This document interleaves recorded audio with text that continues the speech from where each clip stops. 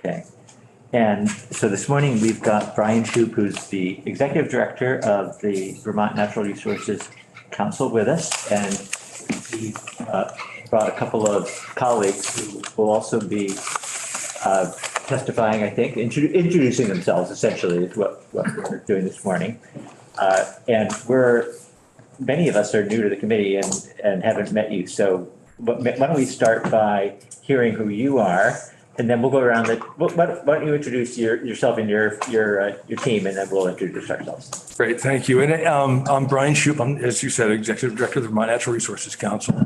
And this is going to be very informal, as the chair said. We have not, I don't think anybody from our organization has been before your committee this year. I'm not sure how much time we will spend here, depending on the issues that you deal with, but we do have a very broad mission.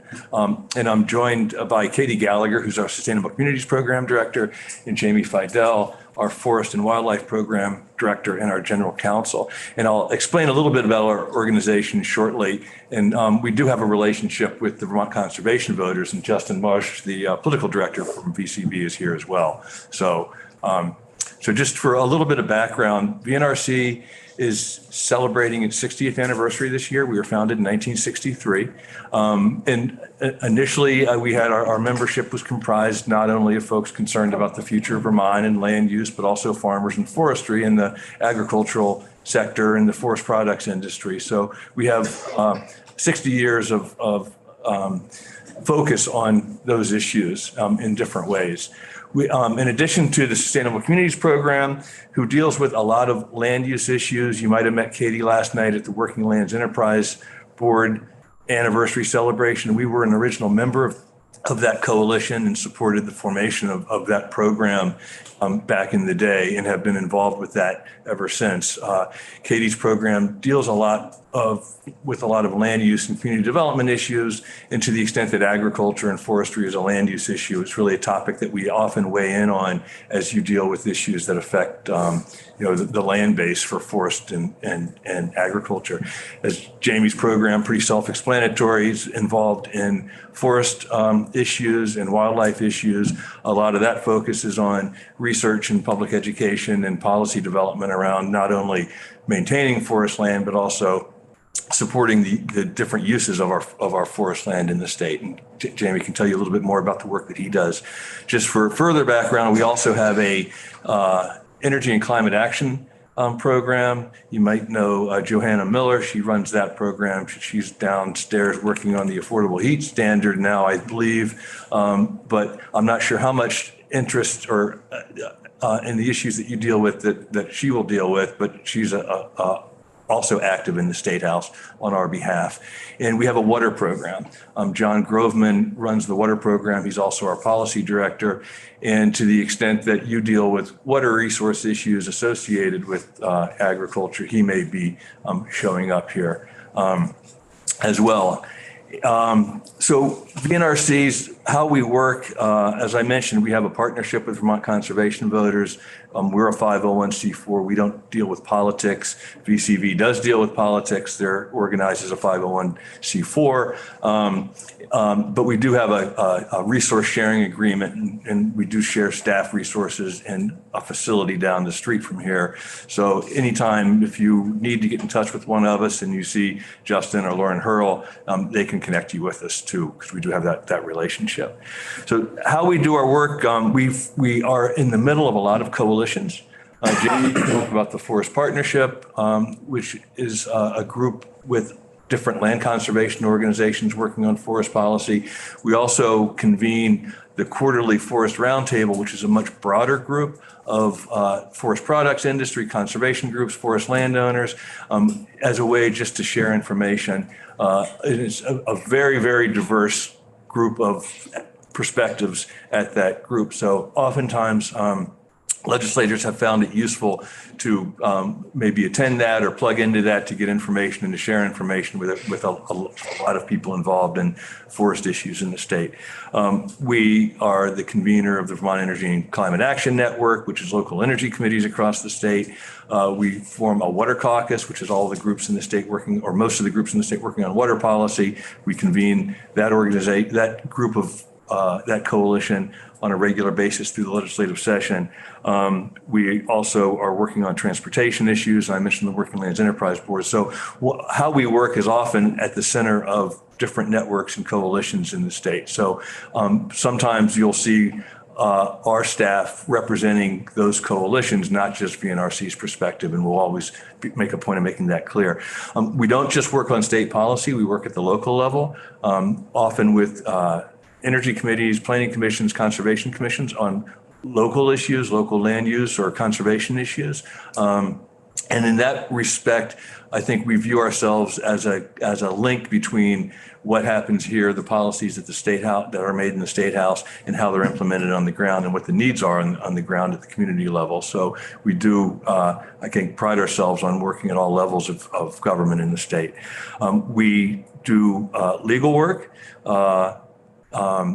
Oftentimes when there's issues that we feel as though have statewide policy implications, we'll engage in litigation. Just for transparency, one issue that may be relevant to this committee going forward is together with the Conservation Law Foundation and the Lake Champlain Committee, we filed the petition to de-delegate Vermont's authorization to implement the Water Quality Act with a goal of putting water quality for farm pollution inspections and implementation and enforcement in the Department of Environmental Conservation and let the Agency of Agriculture focus on marketing and ag promotion and not regulation. And that is I just want to throw that out there, that is something that has some controversy around it. Can you explain that again? Well, so the Environmental Protection Agency has delegated the authority to enforce the Water Quality Act. And before I go any further, if you want a detailed explanation, I'm going to ask you to talk to John Groveman. Okay. Because I'm not as much the detail guy as any of these people. I just didn't quite understand what you said. Yeah. So Vermont is, I believe, the only state that splits that authorization to implement the Clean Water Act as it applies to agriculture between two agencies. Other states, it's always in the Environmental Conservation Agency of the state, not in the Agricultural Agency. Vermont's unique in that regard. We, as part of our research, we examined a lot of communications between the agencies and found that there's a high level of dysfunction and a lack of coordination. And we felt as though not only is that not serving the water quality interest of the state, it's not serving the agricultural interest, and it's not serving the farmers well. So our goal was to have enforcement of that consolidated in a single agency. Thank you. That now makes sense. So that's, and again, not without controversy. And since you brought this up, can you just fill us in on where that stands, where that Yes, it was filed, close to a year ago with the Environmental Protection Agency. They are still reviewing the petition, and we don't expect a decision until after the session. Maybe in the spring. Okay, and this is obviously federal EPA that yes. you appeal to. Yeah, and that's a state choice to be authorized, to be delegated that authority. Not all states do. Kind of surprising to me, Massachusetts does not have that authority, and EPA enforces water quality and farm inspections and everything in that state. So it's not unusual for a state not to have that authority, but. And we don't, well, I'm not going to go further into details because I'll get myself in trouble, but John is the expert on that. Okay. We will have John come in at some point and learn more about this. That would be great. So that's really just a very broad overview of VNRC. Again, we have a very broad focus. We work on a lot of issues related to water quality, forest conservation, land use, community development, housing. Katie is actually very involved in housing legislation this year in the Senate Committee on Housing and Economic Development, and we worked with Representative Bongartz on that legislation as well. Jamie's working on some legislation around land conservation with the Natural or Environment and Energy Committee, and we're involved in several issues, several bits of legislation around water quality and river corridors and wetlands conservation in the Energy and Environment Committee. In the past, we have not done that much work in this committee. I'm still not clear how your jurisdiction may have changed. It seems as though there's more opportunity for us to hopefully weigh in a constructive way on legislation that you're dealing with. With that, if it's okay, I'd like to just allow Katie and Jamie to introduce themselves and the work that they're doing. Yeah, that would be great. I think we didn't get a chance to tell you who we were, so maybe. That would be great. Do that just before you give up the seat. And we have a couple of folks who are out today who were a little depleted, but the committee has grown. It was, so you mentioned the jurisdiction having changed, and we can talk about that. It's also a bigger committee. Yeah. From 8 to 11 and a lot of new faces. So Representative Wilson, you want to start and we'll just go around. I'm Charles Wilson from Caledonia number 3, which is Linden, Sheffield, Wheelock, Sutton, Newark. Henry Pearl, I represent Danville, Peacham, and Cabot. Jed Lipsky, Memorial District 1, Stowe. Rodney Graham, Orange 3, Williamstown, Chelsea. And David Durfee, Shaftesbury, Glastonbury, and Sunderland, Bennington 3 district. Esme Cole, Windsor 6, Hartford. John O'Brien, Windsor Orange 1, which is Royalton and Tunbridge. Mike Rice, Bennington Rutland District, Danby, Dorset, Landgrove, Mount Tabor, and Peru. Josie Levitt, Grand Isle Chittenden, which is all of Grand Isle County and a little part of West Milton. Great. We're missing our vice chair, Heather Supernaut, and then David Templeman, who is Brownington, yeah, that area. Brownington, that's. Wheelock.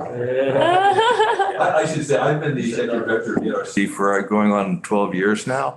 It's kind of a second career for me. I used to be a community planner in the state, and I worked in I told Representative Lipsky, I was the director of planning in Stowe for a while, also worked in the Med River Valley. But I was a planning consultant for 10 years and ran a firm with a couple of partners. So I've had a chance to work in many of your communities back before I got into this new strange business of being an environmental advocate.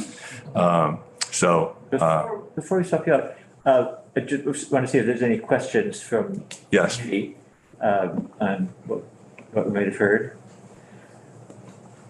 Representative Lipsky. Brian, thank you. You mentioned a quarterly roundtable. Do you have dates for when that may be meeting in 2023? No, but I'll let Jamie expand on that if that's okay. Okay. He's been coordinating it for going on a dozen or more years now. Thank you. Any other questions? Yes, Representative O'Brien. This may come up, but did BNRC have a seat at the table or involved in all these PES subgroups, working groups, study groups that we've heard of? Which ones? There's like, yeah, Payment for Ecosystem Services. and then there's what's the other one? The soil health one too. No, Jamie, and he can expand on this, is working on the forest futures. And we often will have be involved in various studies, committees, and subgroups. To be honest, we have not gotten involved in soils health to a great extent, as maybe to an extent that we should. We just haven't had the expertise or the opportunity to. But that is an area, I think, of growing interest from a climate standpoint as well as an agricultural standpoint. And you're a membership organization? Yes. So funding wise, That's a great question. We are a membership organization. We have about 2,500 members and activists. So we get a membership dues. We also have, like most NGOs in Vermont, have some large donors who support us. We get a lot of foundation funds, often family foundations, and we do a variety of other, sometimes we've done fee for service with communities, kind of acting in a consulting role. Our budget is a little skewed lately. It's an issue that might not be before this committee, but we have been working for the past 5 years on removing defunct dams in the state through federal dollars. We have Karina Daly is our restoration ecologist.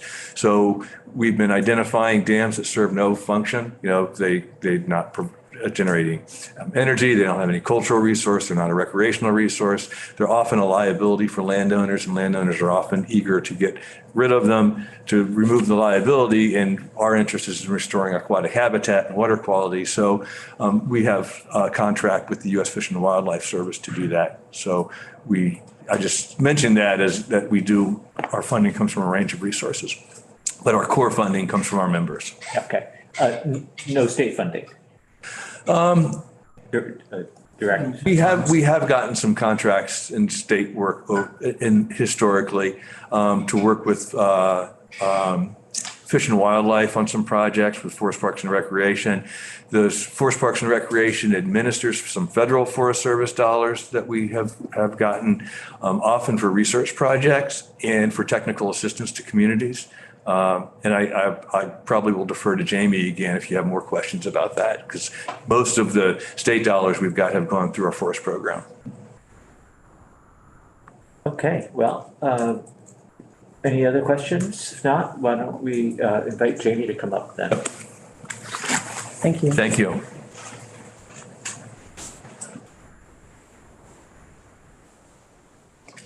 Great, thanks. Good morning.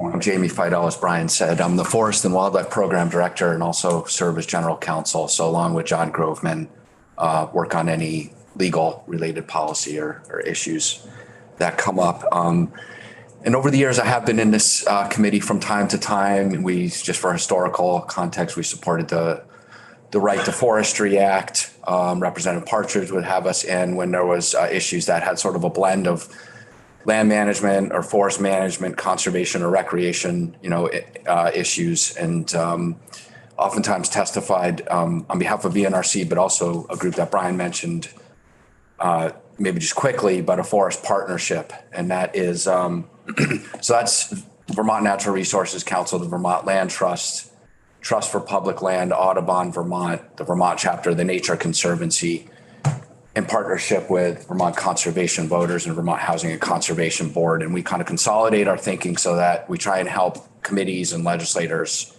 just have some perspective from a block of conservation groups to try and make it efficient as you're considering policy.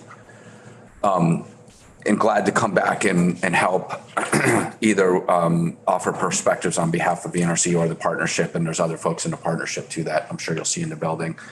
So I've been at VNRC for over 20 years. As Brian mentioned, a lot of my work started with that quarterly group that we're referring to called the Forest Roundtable. And that was an attempt in 2006 to create basically a blueprint for the future of Vermont's forests. How are we going to maintain functioning, intact, viable tracts of forest land?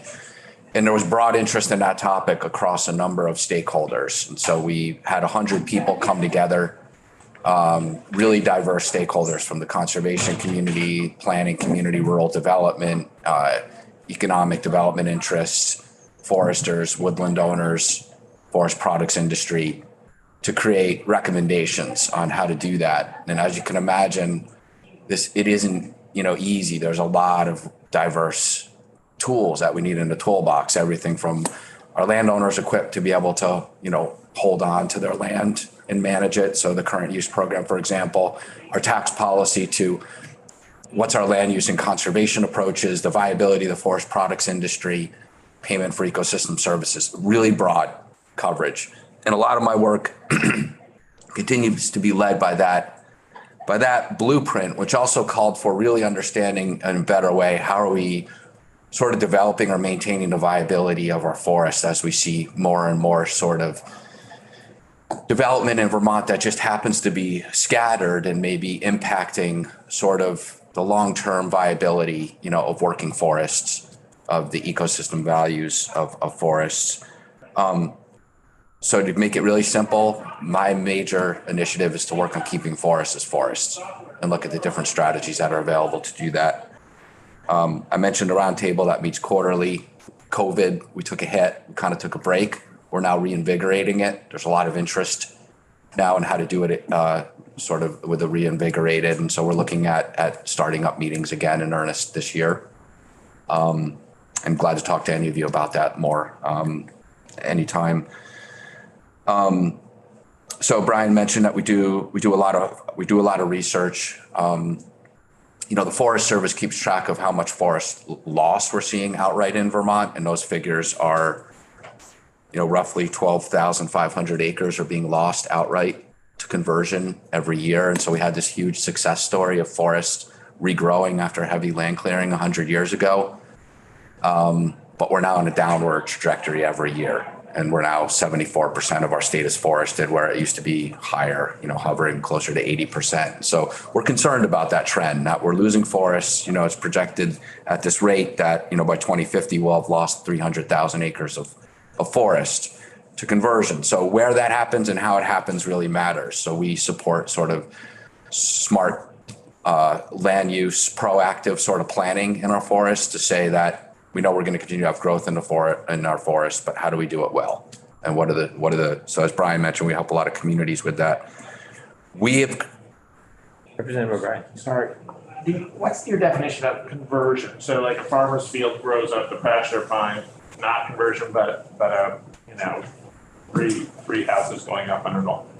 Yeah, the Forest Service basically defines it as outright forest loss. So there's conversion. So think of, there's development in that location. It doesn't count the ag lands that are reverting to forest land. It doesn't count forestry, activities or silviculture.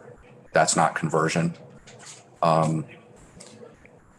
We've there's some, interesting terms as we look at the impacts of forest. There's outright forest loss. What we've been tracking and building a database around statewide is tracking subdivisions or parcelizations, the increasing taking one parcel, turning it into more and more parcels, which then can make it more difficult to maintain working forests or to maintain ecosystem functions. We've created a statewide database to track that. From 2004 to 2016, we created a database and report, just to give you a brief, snapshot of what that told us. This is based on the grand list, which is, for property tax collection purposes, is not really like a land use tracking mechanism. But since listers are using categories of land use, we did compile that and aggregate that to say, what are our trends in the state? And so, for example, undeveloped forest land is classified as woodland. Then there's a residential category, meaning there could be forest, but there's a house and infrastructure on that. There's agricultural land, and then there's other, which includes a whole bunch of other. And just to give you the quick snapshot of that sort of major initial phase of that work was, so again, between 2004 and 2016, the largest decrease among the categories was woodland, which decreased by 15% in the state. That doesn't mean we lost 15% of our forests. It just means they were no longer undeveloped. They're now in the residential category or another category. A small percentage of that was some land going into public use, so it's not like 15%, maybe 12. Still, that was sort of alarming. We didn't expect to see that. Farmland, as you can imagine, went down as well. And residential increased, which is naturally what we see as we have more housing. So this is just really eye-opening because we have to deal with a housing crisis in Vermont and think about where we want to accelerate, growth in housing. And I think we think of the land use coin as having two sides. And then as real estate and land values accelerate in Vermont, we're seeing increased land transfers. What's the pressure on rural landowners to either hold on to their agriculture or forestry land or sort of resort to development as an economic out, if you will. And so we're really focused on that, both sides of the coin, but I work on that, the rural land-based side. Representative Pearl and then Representative Cole.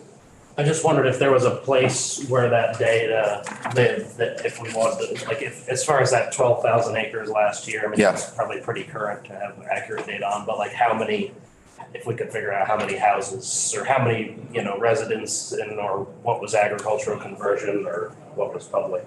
Yeah, so we have a whole website that we created, which I could either come back and walk you through, or just sit down with any of you in the cafeteria and show you how to use it for your town. So it goes right down to the town level or municipal level, the county level, regional level, or statewide level, and you can look at the trends. We're about to update it to 2020, so we have more relevant data, especially because with COVID migration and whatnot, the trends are going to be different.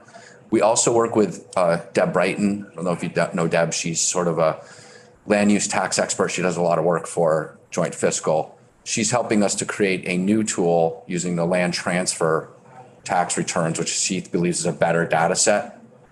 Track subdivisions, and we can actually see spatially where they're occurring. So we did a case study just recently in Addison County to see if this is a tool that could be helpful statewide. And we're able to show that 90% of the subdivisions that occurred in Addison County were intersected with intact forest blocks. So we're just able to sort of plot out where the subdivisions are happening.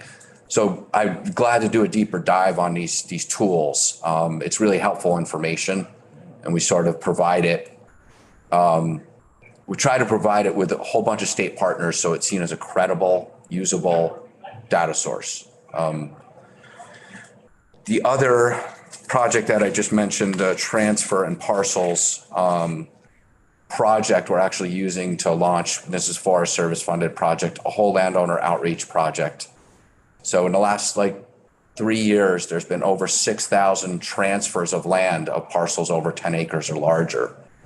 So we're kind of looking at who are these landowners? Are they new to the state? Are they existing landowners? Do they know about programs like current use? Do they know about Forest Legacy or working with a land trust on conservation opportunities? Do they know about the stewardship, forest stewardship opportunities, forestry opportunities that exist? So we're going to do a whole technical assistance and outreach effort to new forest landowners in Vermont.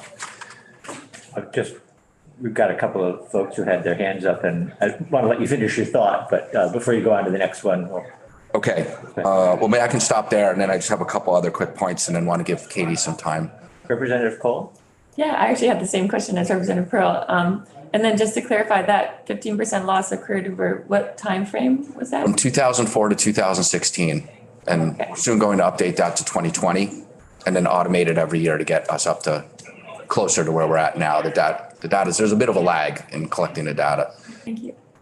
Representative Levitt, did you? Oh, I was just wondering, could you share that website with us? Yes. So we could, Yeah. I'd love to see, just sort of drill down on what's happening in Grand Isle County. Yeah, I will send that to the committee, the link, and then Thank you very glad much. to work with you on that. We're really focused, so I've been talking about these trends and we're focused on policy, recommendations playing out in the building, one which you already may be familiar with, but it's really interesting that the Climate Action Plan in particular did focus on how important our forests are as sort of a really important piece of the puzzle. And, we're really focused right now on the fact that the Climate Action Plan and the consultants basically said because our forests are so important in sequestering and storing carbon, and it's our biggest carbon sink in the state, that if we don't do something about sort of the rate of loss of sequestration and the rate of loss of forest land, even if we meet our emission target reduction goals that are set out, we're not going to meet our net zero goals unless we focus on, trying to maintain functioning forests because of the value that they have in storing and sequestering carbon. So a lot of our work is focused on what do the policies look like to help with that. As Brian mentioned, Environment and Energy Committee, is interested in, there was a bill last year to develop a conservation plan to look at land conservation targets. What would that plan look like? And then, that may be on the land conservation side, then on the forest economy side. Brian mentioned I'm serving on the Forest Futures Roadmap advisory group. So we're really interested in the whole picture. How do we maintain the land base working for both economic and ecological functions? We have all kinds of reports that are available that I could share with you at some point. Every 10 years with the Fish and Wildlife Department, we track what's happening through every town plan and municipal regulation as it relates to natural resource management trends. There's a lot of interesting information in that. And we have a lot of policy recommendations that have been developed through the Forest Roundtable, through our work with the Forest Partnership, and coalitions. And so there's no loss of, policy recommendations. If you want to take a deeper dive with me at any point on what are the policy recommendations you have for these issues that we've been talking about, including kind of this aging demographic of forest landowners, which means there's going to be a lot of continuing transfer of land. And what does that mean for us? I'd be happy to come back and talk more about this. So I'm going to leave it at that. Just as a bit of a primer, and looking forward to working with you all. Thank you. Katie will join us next. Thank you. Good morning, everyone. Thanks for having me. Katie Gallagher. I direct the Sustainable Communities Program with VNRC. And so as Brian described, this is a program that's primarily focused on smart growth, land use planning and development.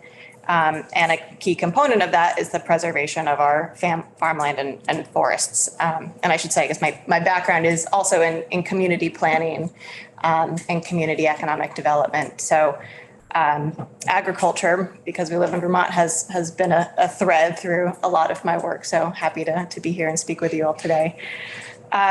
So Jamie spoke to the forest perspective of this work. My work deals a little bit more on the ag side, but generally, as Brian alluded to in the beginning, a lot of my work right now is focused on the housing and transportation side of actively trying to promote compact development, which is that kind of other side of the land use coin that we think about, so that we're supporting growth in the places that we've already made state investments to have things like housing and infrastructure and all of that, while we're then able to protect our intact forests and our farmland and our natural resources. So for me, it's thinking about both sides of how do we move that development in places where we want it, especially thinking about the increase and number of people who are already coming to our state through COVID, and we expect to see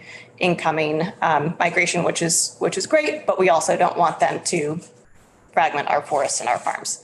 So that's a lot of how we think about ag as a land use, where we know that poorly planned development is going to continue to threaten our farms, which means a threatening of our food security and our environment and our rural economies. And on the other side, where we are able to develop more compact communities, that's able to then preserve our forests and farmland and all the other benefits that come along with reducing sprawl. So just kind of as a background for how we think about this, I wanted to share, and I'll send it to your committee assistant, but if you're familiar with, there's a national organization called the American Farmland Trust, and they recently produced a report called Farms Under Threat 2040, which looks more specifically at farmland loss from a land use and development perspective. So I just have a printout here, but I'll send it to you all.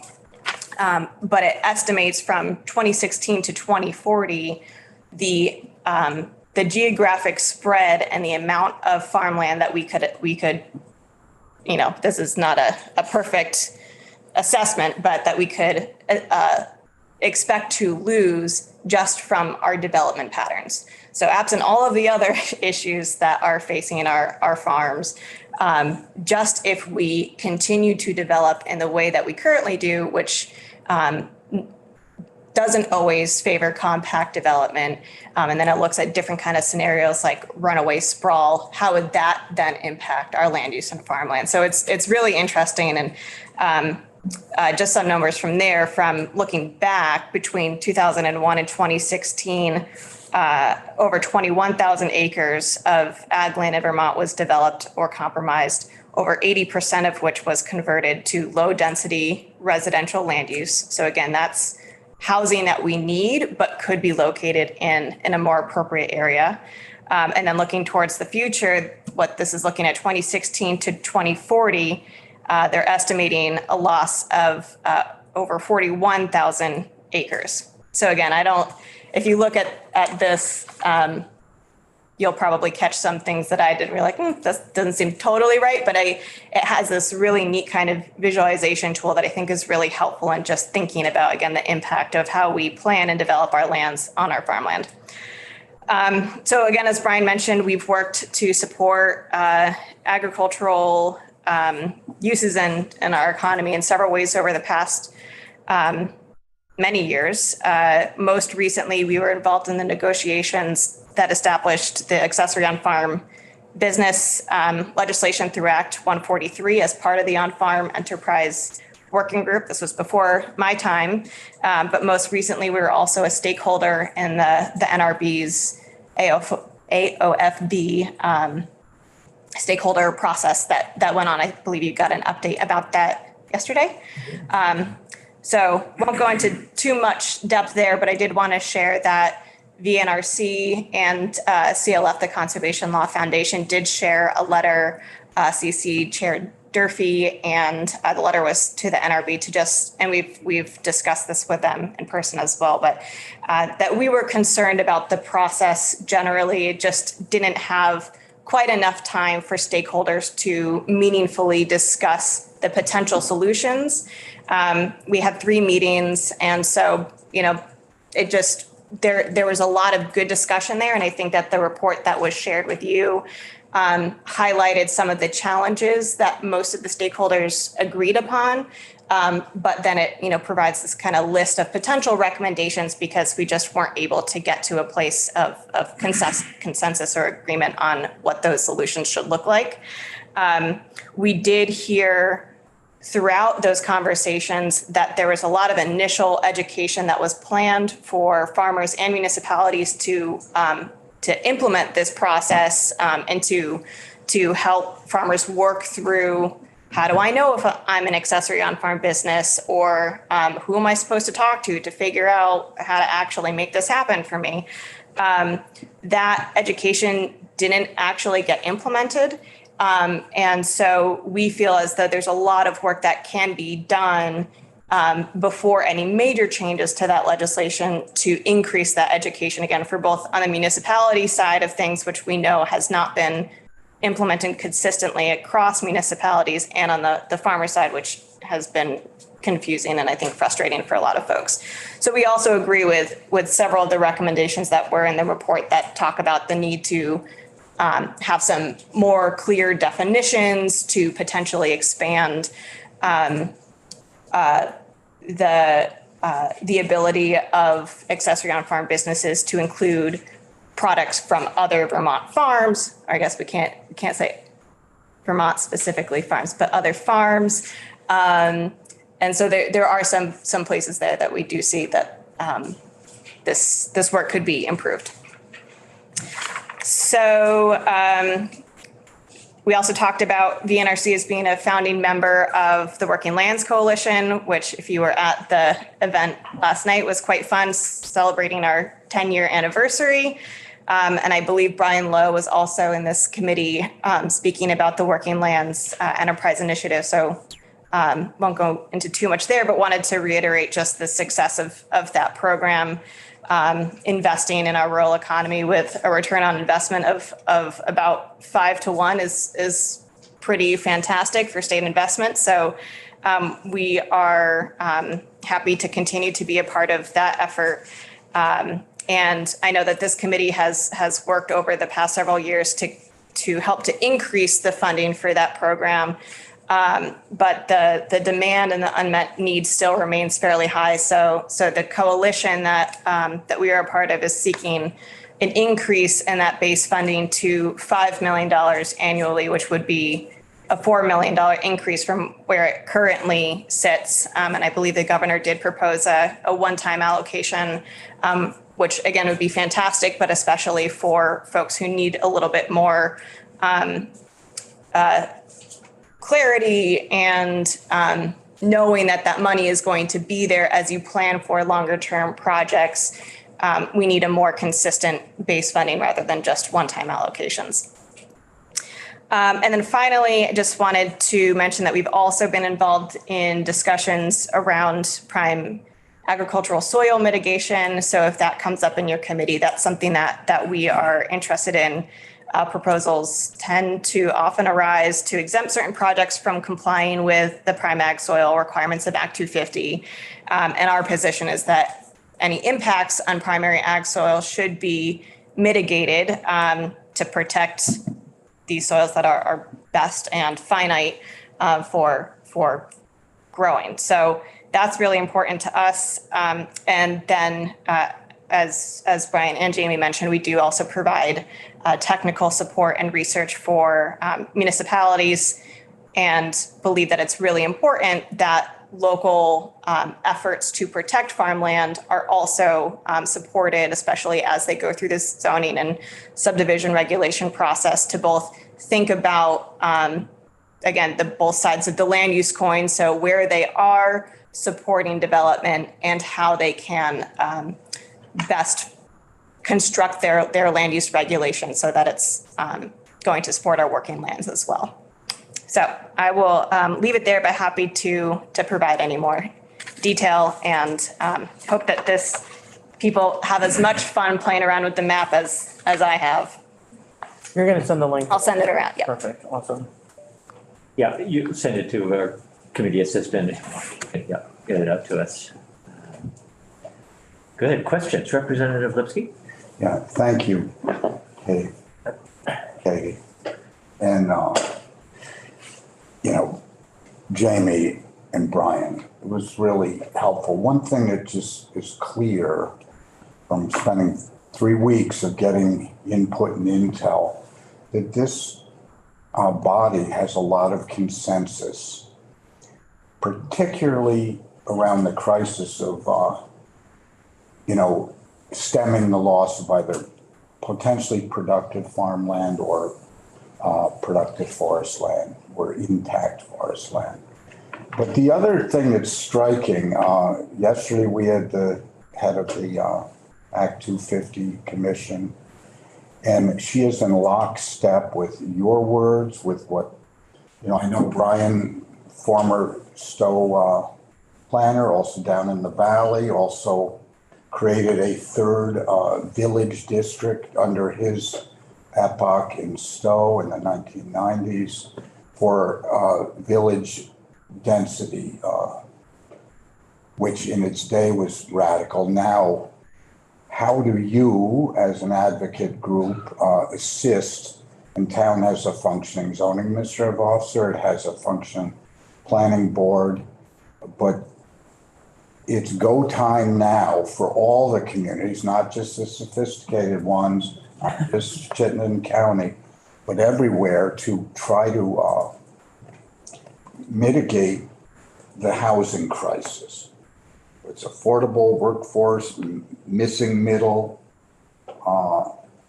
It's really go time, and Act 250 knows that the 50-year-old legislation needs updating to not to be an advocate in making these positive changes. So I'd just be curious from your collective organization, what's your quick response as an organization to serving communities? Me to start, or you want? If I can start, if that's okay. Again, it's Brian Shoup with PNRC. Right, do you want to switch it? You mind or? We have two chairs here. Oh, we do two chairs. Chair, yeah. Here. Act 250 is kind of part of our DNA. We were around supporting its adoption and enactment, its early implementation. In fact, as folks you may know, that Act 250 originally had a state land use plan associated with it. And VNRC got a MacArthur Foundation grant to print that land use plan and send it to every household in Vermont, which may very well have been why it failed in hindsight. But we have been involved in it for a long time. And there has been we were very supportive. I think it was 4 or 5 years ago, the legislature adopted the Commission on the Future of Act 250, formed a legislative panel to did an extensive public outreach effort around the state to get information on how to update it and modernize it to meet contemporary needs. A lot of issues that are challenging the state today, like climate change, weren't recognized when Act 250 was adopted. Also, the level of municipal planning and land use regulation was not nearly as sophisticated in some communities as it is today. So that came up with a very comprehensive list of recommendations, and that bill actually passed the House a comprehensive update. It never got out of the Senate. It got to the Senate too late. There's subsequent to that have been a couple of attempts to modernize it that have failed for various reasons. Because of those failures last year, there were two studies that were authorized. One is for the NRB to look at locational jurisdiction and the administration of Act 250. We feel as though the administration is its biggest problem because of changes that were made about 20 years ago when the Environmental Board was eliminated and the Natural Resources Board was formed. But that issue and locational jurisdiction we think is critical. That maybe Act 250 does not add value in certain locations that are already heavily developed and have a high level of local regulation and oversight over the development. But we've also found that Act 250 is really failing us in the countryside. Very little development in our forest land goes through Act 250. We did some analysis that showed that about 2% of all land subdivisions are subject to Act 250. And that's how fragmentation is happening in our forest in an uncontrolled way. So we're hopeful that locational jurisdiction study can come back with a new way to apply Act 250, where to maybe ratchet it up where we need it and ratchet it down where we don't need it. There have been, since the late 1990s, I think 5 different land use designation programs established in the state. The Downtown Development Program, which allows communities to have their downtowns designated for state incentives for redevelopment. Act 250 is treated differently in those areas than it is outside of those areas. We have a Village Center program that many of your communities likely are participating in. It's also a redevelopment program to promote the kind of revitalization of our commercial cores in our villages. We have a growth center program. We have a new town center program. And we worked a lot in the last couple of years on a neighborhood development program. The neighborhood development program is probably the most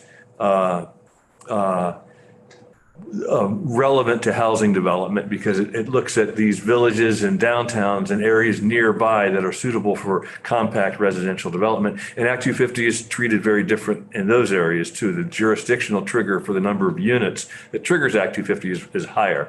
Last year, the Department of Housing and Community Affairs was given an appropriation to hire a consultant to look at all of those different programs and really they've become a little unwieldy, and to hopefully streamline them, maybe consolidate some of them, but also look at how they might interact with Act 250 for that locational jurisdiction. That maybe the new neighborhood development program is an Act 250 free zone for residential development. But let's make sure that we put the appropriate safeguards in place ahead of that, so we're not just designating, wetlands and deer yards and primary ag soils as our neighborhood development areas to avoid having those regulated under Act 250. So how those programs work is really important. And I understand, we hear a lot that there's an urgency around the housing crisis, and we understand that, and people are kind of tired of the false starts of modernizing Act 250 in a comprehensive way, but we really feel strongly that it needs to be done in a thoughtful, comprehensive way, and that those 2 studies, which will be available for the legislature next year, provide hopefully the blueprint for doing that. Sorry. No, I got it. Representative Levitt? I just had a question about, you've been talking about a little bit about sort of doing a comprehensive look at if I'm understanding it right, the town plans, correct? Or I guess I want to know who's doing that and what safeguards are in place to make sure that town plans are not written in such a way that they're allowing people to carve up a forest. A couple of things. That's a real issue and a real concern, the accountability of the local plans. And there is a mechanism in place for regional planning commissions to, what is the word for it? They not approve the plans, but they guide, make sure we don't suck. Determine that they meet the state, they make sure they don't suck. But it varies by region. And some regions do, I think, a much more thorough job of evaluating their plans than others do, and there's no real oversight of that. There are 2 pieces of legislation, that one passed and one pending. Act 171 passed about 3 or 4 years ago, which amended the municipal and regional planning laws to not only require them to do everything else that they're required to do, but also look at forest blocks and how forest blocks are being conserved and how the connectivity between forest blocks is being conserved. And we found, through, Jamie mentioned our review of municipal plans that we do in conjunction with the Fish and Wildlife Department, that Act 171 is having an impact on the ground, that the land use policies that communities are putting in place have been improved from forest conservation. That doesn't mean that it's anything's happening to implement those plans, that the zoning's being put in place, or that you're not seeing many developments go through Act 250 that are in forest blocks, because they're usually 2, 3, 4, 5 lot developments that don't trigger Act 250. There's also a mapping, a bill that has a proposal for mapping that you should talk to, because I don't really know much about it. So this is being brought up by some of the regional planning commissions. I think the bill number is H5, but it is proposing to have the RPCs do a study, including future land use maps, which currently exist but aren't very consistent in their accuracy or usage or implementation. And so this would have the RPCs both look at how to improve those maps, have a third party assess those maps to ensure consistency, but also look at other facets to be able to have these regional maps that we could then use for things like Act 250 and for local plans. So from the local to state level, we're actually having consistent and accurate maps to plan for growth and land use protections. And that may play into that concept of locational jurisdiction for Act 250. Where are you mapping where Act 250 adds value and where it doesn't? Can I just have a follow-up? It just seems to me that and I'm speaking specifically about parts of my district, there's a lot of NIMBYism happening, and people are actually trying to say, no, we want 10-acre zoning everywhere. We don't want 1-acre zoning, we don't even have a village district yet. We're working on it. And I just feel like, how do you counter that? And how do we, I'm on the select board, thank God I'm not on the planning commission too, because that's too much work. But how can we get your brains into our planners, in a sense? Well, we do have a variety of resources available. For several years, there's an organization first called the Vermont Forum on Sprawl and then Smart Growth Vermont. I actually was their policy director for a short time. They went away during the Great Recession, and we merged with them and consolidated them within the Sustainable Communities Program. And we have an online community planning toolbox that has a lot of resources available to communities. We haven't really promoted that well recently. Okay. We also do, Jamie recently updated a community guide to conserving forest land and wildlife habitat that has regulatory and non-regulatory tools that are available. But Katie, how would you go beyond that? Katie's on her planning commission and I'm on my select board, so. Yeah. I also am a member of the Vermont Planners Association. So this is a hot topic and one that I don't think I have an easy answer to. We are in the process of updating this community planning toolbox that we have. And I'm hoping to have more outreach and training as a component of that as we start to roll that out. Jamie has done some really great work with Act 171 and providing trainings and resources for municipalities. And I think it would be great to do something similar to that. But I mean, that's what you're bringing up is going to be kind of, I think, the challenge of. And I'm frustrated because I'm in Grand Isle County, which is its own little thing, and South Hero, Grand Isle, North, we all have different rules. And some towns don't have zoning regs, some towns don't even have a town plan. But how do you, especially in a contiguous county like this, how do you make sure one town isn't, I want to swear now, so I'm not going to. But you get where I'm going. Yes, yeah, and I think I would just say that the two additional pieces on that. One is we've been advocating for greater support for some of the programs within the Department of Housing and Community Development. So their bylaw modernization grant program, for example, is really fantastic. There's a couple other programs in there that help provide technical support and funding for towns to do some of that work, but that's if they have, you know, Right. the leadership on the ground and the capacity to actually do that. So then getting to the capacity question, we also advocate every year for greater funding for the regional planning commissions, which are perpetually underfunded. And so that is a place, as Brian noted, there's also a lot of inconsistency in how they are able to support their member communities. And so that's an area where, you know, not all towns are going to be able to have a staff planning director, or, you know, they don't even want it. So that's okay, but we have regional planning commissions who can help to support and think more regionally and holistically, which again, I know not all towns want that kind of regional approach, but I do think that, again, as we think about land use, it doesn't stop at our town borders, right? It's, and the way that we travel to work and build our homes, we're always going beyond our own town borders. So I, you know, personally think that we do need to think about what kind of region makes the most amount of sense to think about our communities, and ways that we can work together to perhaps, you know, put together, you know, 3-town regional planning district or something like that, that can help build the capacity at the local level. Thank you. We are close to wrapping up time, but Representative O'Brien has had his hand up. Maybe one more question. Okay, good. Kind of a downer question.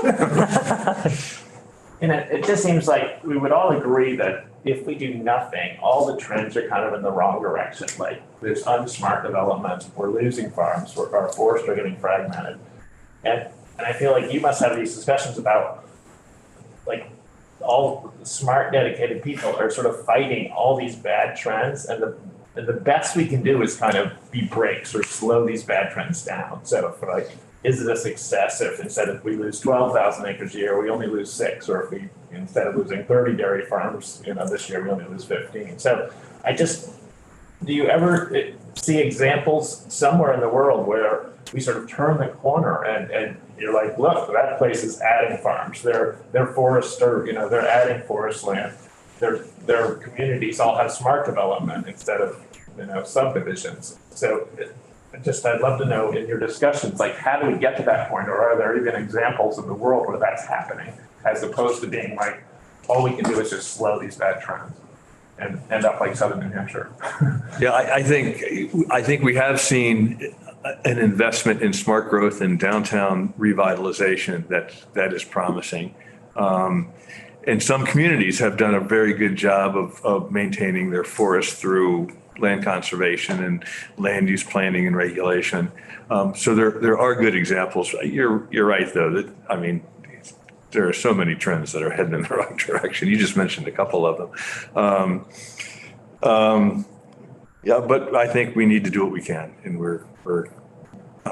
I think Vermont has done a better job than many states, at least in slowing the negative trends and maybe reversing some of them. You're more optimistic than that. Yeah, well, I would say, you know, a lot of my work thinking about smart growth development, we often look, unfortunately, outside of our own country, just because of when and how we developed. We have different trends. And I think it is promising to look at places that might have a foot ahead of us just for their own luck, I guess, but where we have been able to transform our communities. And like Brian said, I think a lot of our towns are already on this path of doing this work, but there are certainly examples of where communities have been able to pretty much, I think, reverse certain trends. But it does require a shift in the way that we think. So I don't expect it to be easy here, but I do think, just to close on, I think Jamie might have some input here, not to put you on the spot, but I think that there are other kind of like smaller examples that give me hope in this way when we think about things like